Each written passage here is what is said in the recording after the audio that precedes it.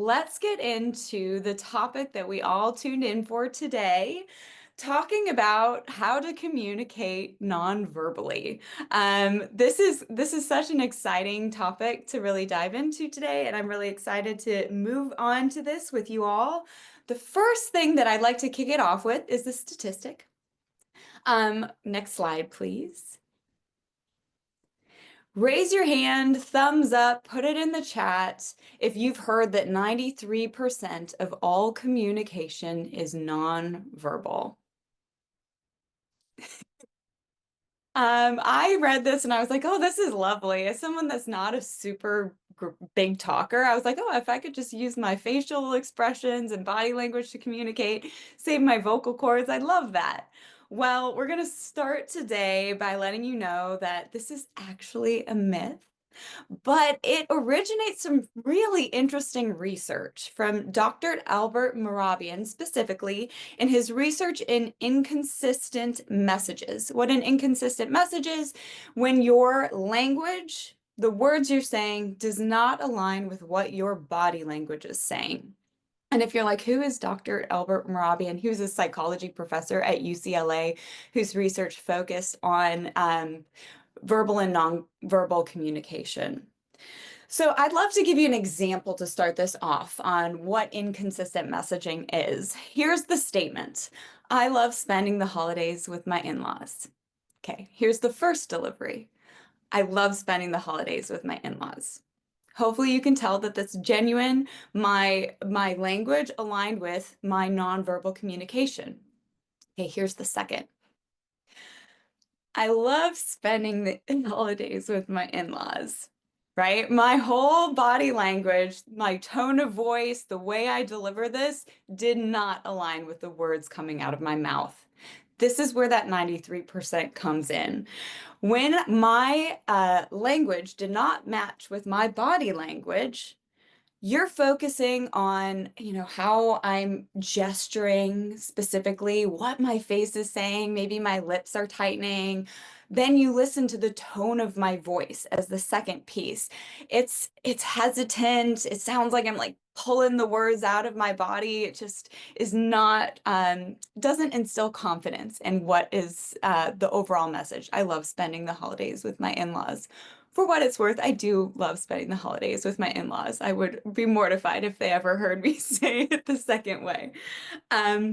This is such useful information for you all to have as you're building your messages, right? Going in, talking with your donors, thinking not only about what you're saying, but how you're delivering this.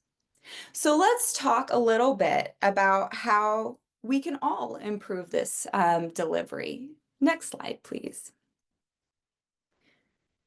This begins with listening to our donors, to our prospects. So this past summer, we had a great virtual forum that focused on advanced listening. And a part of this discussion was focused on the importance of building strong rapport with a prospect initially. So let's give a quick refresher because the summer was a while ago. We're almost into the next year. And let's provide some examples of how individuals in different industries listen actively and inform their communications.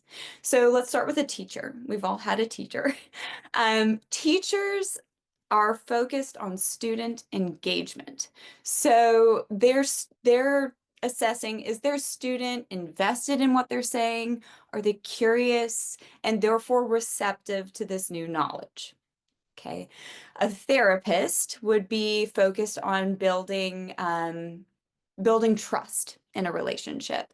So are they creating a space in which that individual feels comfortable and secure to share information? That's how they're listening and therefore adjusting the way they're communicating.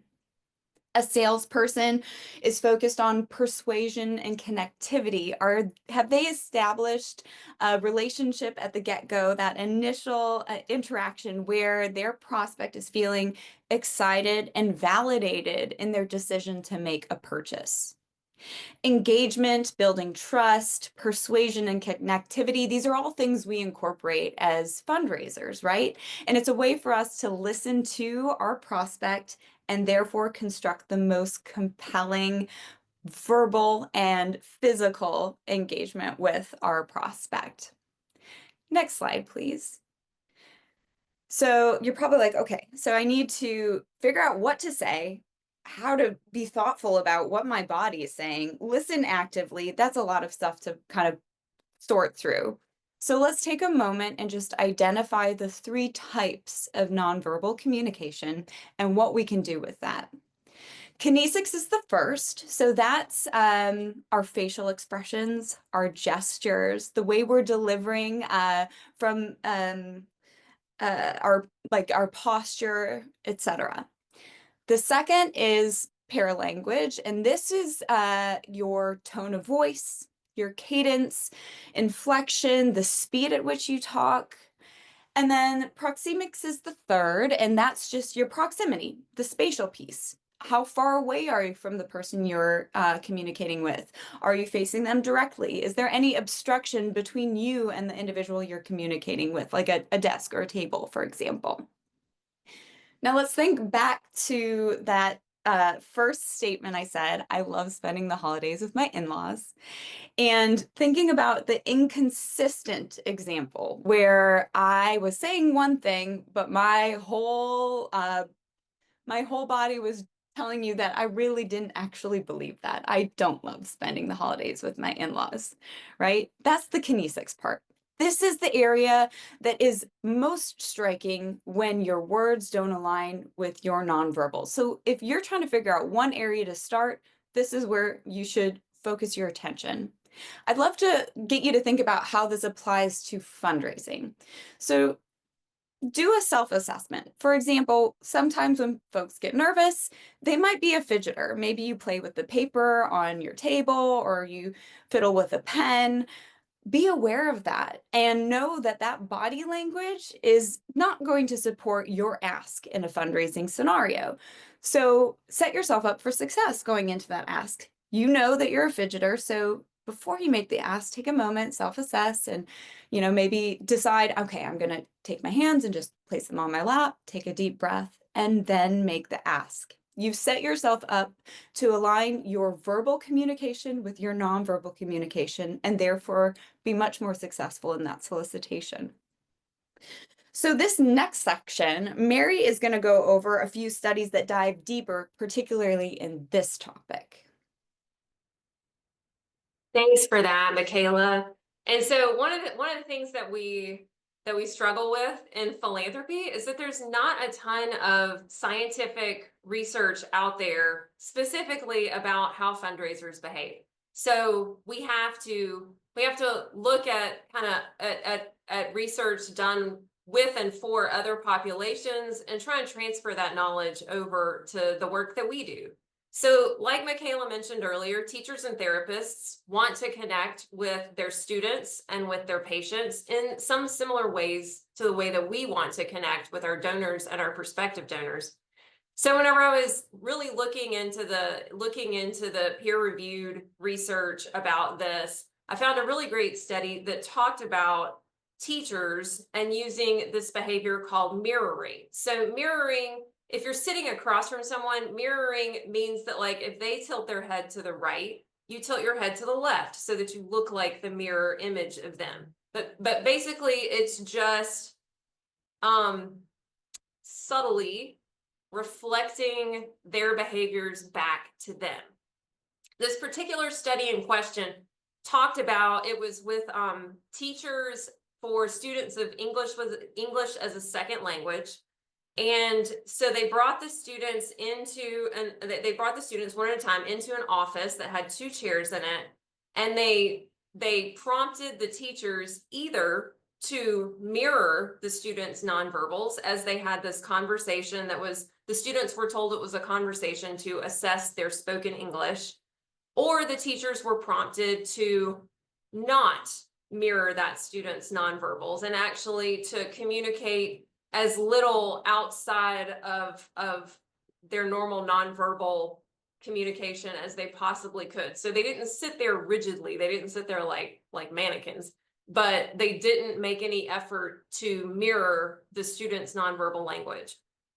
Then after that, what the students thought was an assessment, the teacher left the room and the researcher came back in and they asked the student to actually rate themselves on things like positivity and self-confidence after the interaction, and how well they had been able to pay attention to what the teacher was saying to them. And it was pretty striking. The teachers who mirrored their students' nonverbals, the students rated themselves significantly higher in those three areas. And actually, whenever you really got into it, they had told the teachers to mirror things like body posture, so leaning forward, leaning back along with the student, nodding, smiling, following their gestures to some degree. And the students had a much more positive experience with the teachers who mirrored them. So the second study that really jumped out at me as I was doing research for this involved therapists. And therapists want to quickly build rapport with their patients. And so they're actually, I was not aware of this, but therapists are trained to do something called the standard counselor posture. And this means that they sit directly facing the patient, leaning forward a little bit. They're supposed to rest their arms on their legs in what is described as a symmetrical and open manner. So basically, you don't want to sit across from a therapist or a counselor who has their legs crossed and their arms crossed, because we all kind of compute that in our brains as that person being closed off. So it's an open body posture. But there are also kind of questions in the field of their practice about synchrony and postural mirroring. So that's that same kind of reflecting the other person's posture back to them.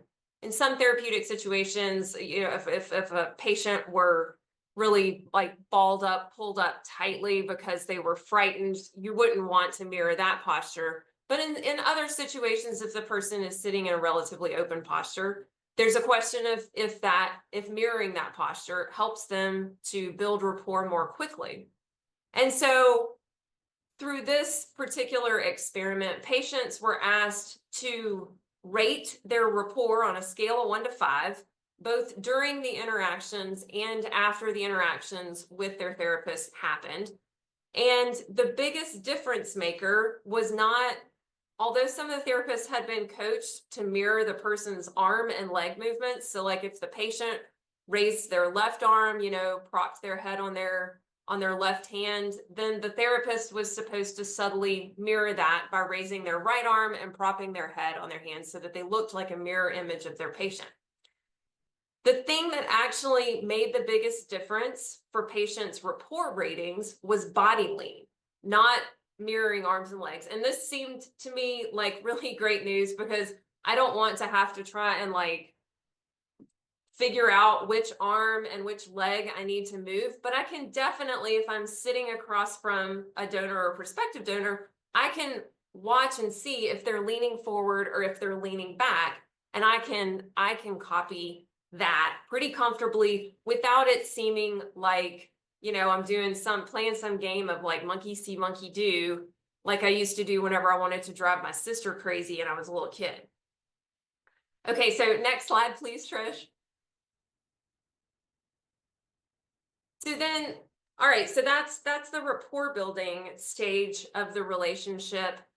What about whenever we're at the point where we're asking for a gift? So again, there's no direct research about this, but I found some great research about students in sales competitions, which I didn't realize this was a thing, but apparently undergraduate students get together, and I think there may be some sort of like a job audition attached to this.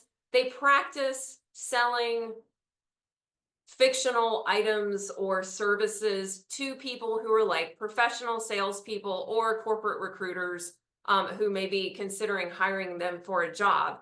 And this researcher wanted to look at what types of hand gestures that the successful students used and compare that to students who maybe weren't so successful in their sales attempts.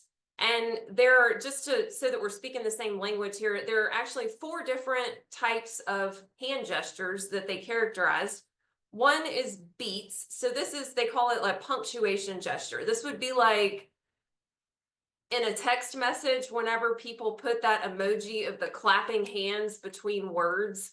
Or like if you're really driving the point home to your teenager, you are grounded and you're tapping on the kitchen table as you're saying that, like that is a beat. Regulators, so regulators are where kind of posture and head and neck movements like nodding fits into the conversation. Regulators are the sort of thing that you do to keep the conversation moving forward, perhaps to keep the other person talking more about what their thoughts are. Adapters are those nervous habits that Michaela referred to earlier. So whether you're touching your hair, you're touching your face, you're fiddling with something nearby, those are adapters are the sorts of things that help you distract yourself from a situation that may make you nervous. And then illustrators are what we think of as classically talking with your hands. So that's whenever you talk about, maybe you're talking about the layout of a campus of buildings that you would like for the gift to fund, and you're using these imaginary gestures. Over here we'll have the hospital, and over here we'll have the oncology center, and then there'll be a beautiful garden out front. And so these are the types of gestures that you would use that are illustrators. Okay, so in this sales competition, they tracked how students used these different gestures, which students used which types of gestures, and then how those students were graded in the end of the competition. Shout out, what gestures do you think won out? Which ones were correlated with the highly performing sales students? Any guesses? Not beats. Okay, Jake says not beats. Nobody likes beats, apparently. Illustrators. Okay, Anita, thank you for that guess. Anybody else have any guesses? You can unmute and shout them out if you want. I won't get upset. You can sign them to me too if you want to do the whole nonverbal thing. Illustrator, Lisa thinks illustrators. Okay, and who do you think, we'll call them low performing students, which gestures do you think low performing students used more often? Beats, okay. Head nodding. You are grounded. What was that? Head nodding. Head nodding, okay. All right, Louise. Okay, so yeah, Louise, Jeannie, you are absolutely right. Adapters, those like touching my hair, touching my face, fiddling with my clothes, those were used by the low performing sales students, and illustrators were used by the high performing sales students. Beats and regulators were used equally by high and low performing students. So sorry, Jake, your guess was wrong. Beats and regulators are the sorts of things that seem to be somewhat neutral, but adapters can really help you potentially move forward. I'm sorry, adapters might torpedo you, and illustrators might be able to help you move forward. So, Jake, I think you were gonna take the next section where we can talk a little bit about how this research might help us. Perfect. Yeah, we love always to not just give you the theory, which we think is great, but we want you to take practical and applicable information back and be able to actually use it in your own day-to-day work to be able to use all these things as well. So we know, as Michaela pointed out earlier, it's a lot to think about. It's very difficult to go through and say, okay, well, I know I need to have good posture, and I need to say this, and I need to have this kind of tone, and this kind of facial expression. And mirror, it's too many things to think of at once. We're kind of naturally not good multitaskers. So especially if you're like, I'm having a hard time even thinking of all the things that I say in an ask or a discovery meeting, much less what I'm supposed to do with my choreography. Like that just feels like a lot for me. So here are the things that you can start with, and you can just practice these with meetings, internal meetings, or just talking to a friend. And these are things that you don't have to like memorize and necessarily do and like only work on with donors. These are just kind of good communication things as a whole that we try to do. So starting with the easiest one is just mirroring postures. And again, Mary highlighted, it's not that you exactly match. And if they lean forward and put their hand on their fist, you don't do the same thing too. Again, kind of weird, but the super easy of like, okay, when I first sit down, can I observe their posture and the way they're sitting and the way they're oriented and try to kind of gently mirror that? So if they're sitting back and kind of lounging in their chair at the coffee shop and they're feeling good, maybe do that too. If they're sitting and they cross their leg over their knee and fold their hands in their lap, maybe you do that as well. If they lean forward and kind of put their hands on the table and are kind of a little bit more up, maybe you do that as well. So that's kind of a first and easy one where like I can set it and forget it. I don't have to continually do this thing, but I can just kind of observe what their posture is and what they're doing. When you see them speaking and you're listening and maybe you're nodding along a little bit to kind of give the engaged look. Another really easy one, this one not mentioned in the presentation, but a great way to look like you're listening is to turn your head a little bit at an angle. You'll notice dogs do this. You ever seen a dog like get confused and go like that? That is a very mammalian behavior that's kind of programmed biologically. It actually works pretty well to demonstrate as well that you are listening. So if you're just like, I don't know what to do with my hands in my face, relaxed, open posture, and just turn your head just a little bit like this. It just is like, oh, I got my ear pointed. I'm being an active listener. So you can combine that with some nods if you like as well. But it's a really easy one to just like, I need something basic to go with. So go with the head tilt. But if the donor is talking or the prospect is talking and something they say makes them smile, all you have to do is smile back. Super simple. So things like that, again, you don't want to overthink this, but just taking these tiny little gestures and making sure that we're checking those boxes. So facial expressions, smile when they smile, just trying to mirror and have this like, I'm being engaged. What you're communicating non-verbally through these practices is I'm listening. That's kind of the basis of all this. Of like, I see you, I'm engaged with what we're doing, and I'm listening. If we have kind of opposite postures, it kind of creates a little bit of that subconscious barrier. You're not even saying anything specific, but it kind of creates that. Head movements, smiling, eye contact, but again, not too much. Here's a really simple one. If you're looking in the eyes the entire time, it can become a little bit unnerving. So you do want to make eye contact, but you can take moments when you're talking or thinking to look up and to the left or look up and to the right, or to kind of stare off into the distance if you're contemplating, but then just try to bring it back. So this is not, I need to maintain eye contact. I just am using it as kind of a intermittent tool. Like I'm going to look up and I'm going to listen. I'm going to look in their eyes a little bit. I might look down at my coffee or my food, but then I'm always going to return my attention back to their eyes. So again, we don't want to overdo this, but it's just a simple one. We can check that. Torso posture is super easy. Laying back, communicating that we're a little more relaxed and open. Leaning forward, maybe we're a little more intent. You can mix this up. There's none of these are like, this is the correct way to sit when you're asking for money or you're trying to get information. You're just going to kind of play with what they're doing versus what you're doing, and using a little bit of what they're doing to inform how you sit and behave and move. And ideally, if this is something that you practice and do consistently, you don't have to think about this, which is why we would encourage you as much as you can to not necessarily put this on your checklist of things that you're thinking about. This is just something that you practice doing when you're talking in general, when you're in a meeting, when you're in a one-on-one, when you're talking with your friend, your spouse, your kids, whatever. So it just kind of becomes these easy habits that you can do where you're like, I don't have to sit throughout the conversation and evenly space these little cues throughout because that feels like a lot to do. So an easy way to kind of start with this is just set it up in the beginning. So right when you sit down, take note of how they're sitting, what they're doing, what their hands are doing. Try to mirror and get yourself in a comfortable posture. We talk about, the therapist look, we're open, hands in lap or hands on table, really, really helpful. But then you can just go focus on the speaking and the asking. And, if you want to know what to say about that, we have lots of other forums and you can ask. There's tons of information on that. But just kind of set those postural things, those nonverbal things up in the beginning of the conversation, and then use that as a way of just starting your framework and then moving from there. All right, next slide. When describing an opportunity, utilize more gestures. Again, from the research, this is something easy. I am now realizing that I've been doing this. That was not even intentional. I am a hand talker. I don't know if that's what I was trained to do. I majored in public speaking in college. I'm sure I was told to do this at some point, but I'm just a very gestural, animated person in general, I think. But I tend to do this. I tend to talk with my hands, move with my hands.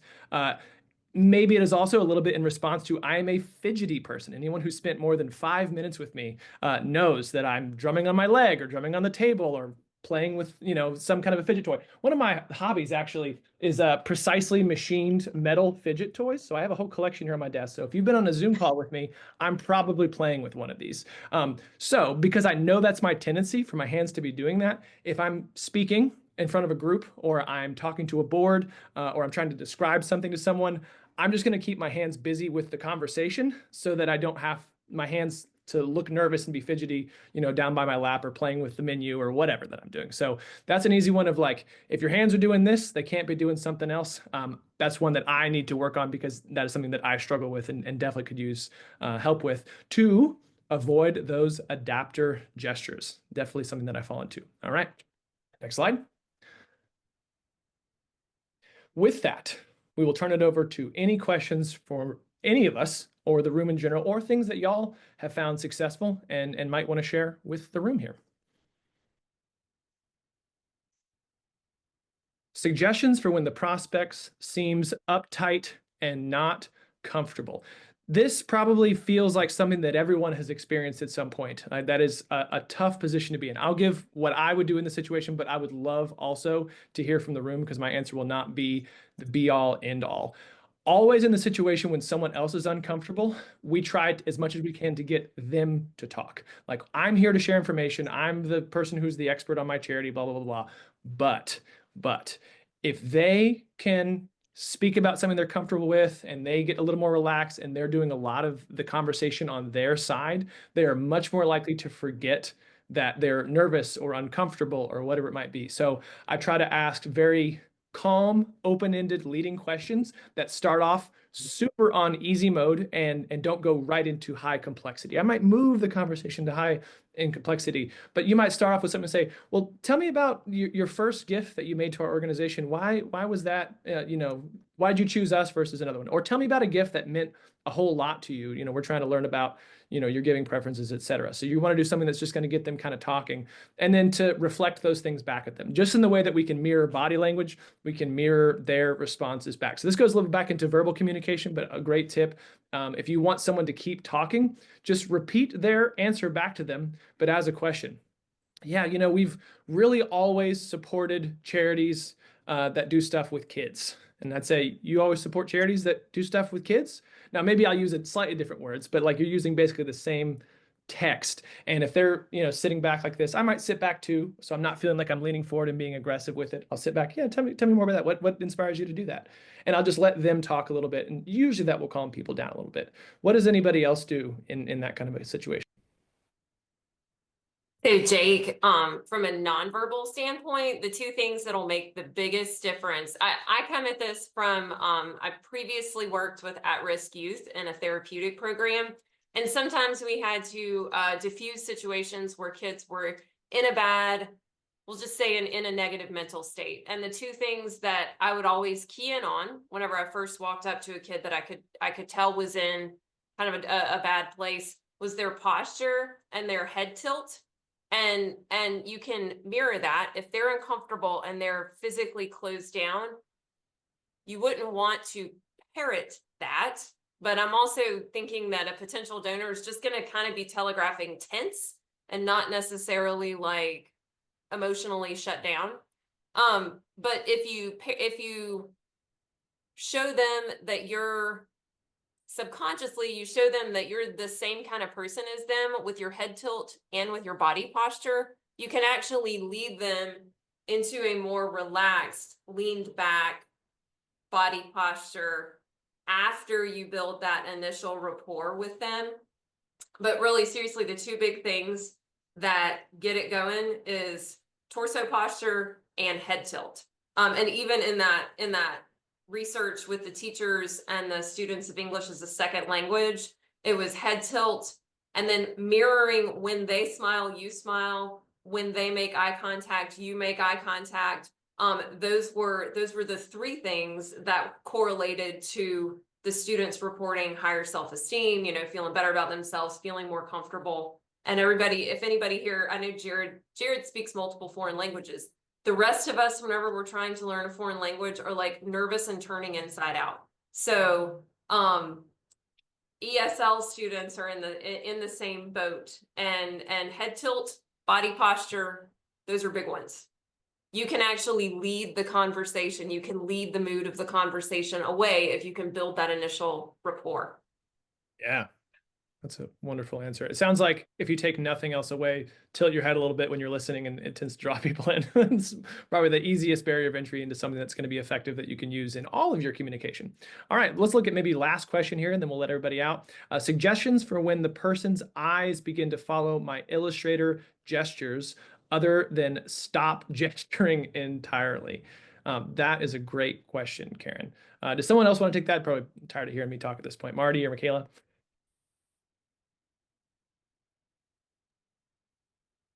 I would actually take them following your illustrator gestures as their investment. I would take it as a good sign.